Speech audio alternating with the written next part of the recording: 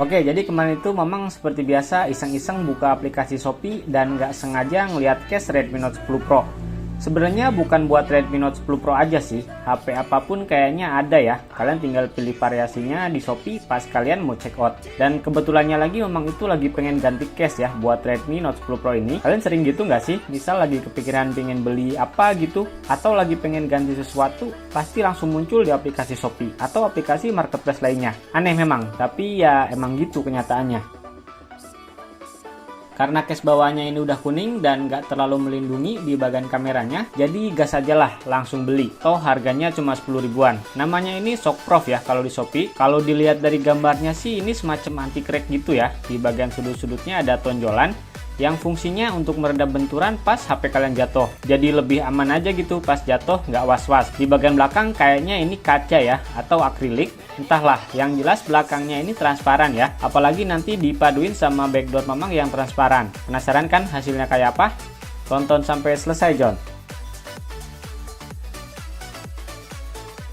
Oke, dan setelah lama nunggu, nggak lama juga sih, 2 harian lah Jakarta ke Ciamis kalau lewat jasa pengiriman. Akhirnya case-nya datang juga, dan nggak sempet memang videoin juga pas datang, saking nggak sabarnya. Dan kira-kira beginilah penampakan case-nya pas datang. Sama aja sih kayak case murah lainnya, cuma dibungkus plastik dan kertas yang ngasih informasi bahwa case ini adalah case buat Redmi Note 10 Pro. Langsung aja dibuka, dan beginilah case Shockproof-nya. Real pic sih, persis banget kayak di gambar. Sudut-sudutnya ada tonjolan, terus bahannya ini bukan karet ya.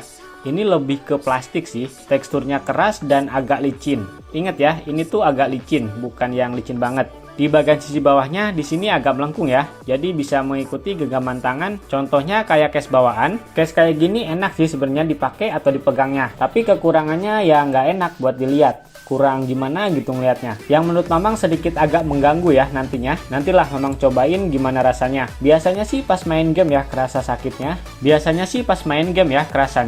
Jadi sakit ke tangan di bagian bawah. Apalagi kalau kalian pernah pakai case yang kayak gini. Pasti kalian tahulah rasa sakitnya gimana. Oke, lanjut kita pasang.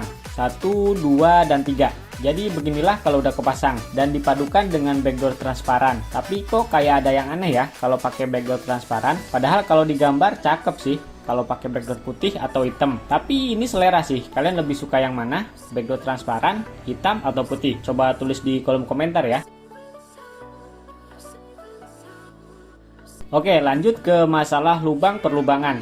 Tapi bukan lubang yang itu ya. Itu mah beda lagi. Oke, di sini untuk lubang-lubangnya bagus. Dari mulai lubang mikrofon atas, speaker atas, terus infrarednya ini nggak kehalang sama case Shockproof ini. Apalagi di bagian lubang jack 3,5 mm atau biasa disebut lubang handset. Ini mah aman banget kalau colok handset.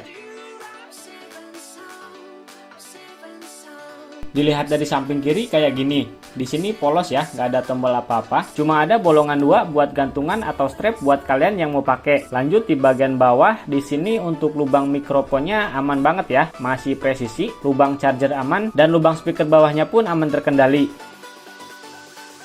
Lanjut di bagian kanan, penampakannya kayak gini. Di sini ada lubang buat tombol power dan juga sekaligus buat fingerprint atau sidik jari. Terus ada tombol volume up dan down yang menurut Mamang nggak kliki-kliki banget sih. Agak keras dikit, tapi nggak keras banget. Masih bisa dimaklum lah kalau inget harganya. Ini nggak keras, cuma kurang enak aja kalau ditekan.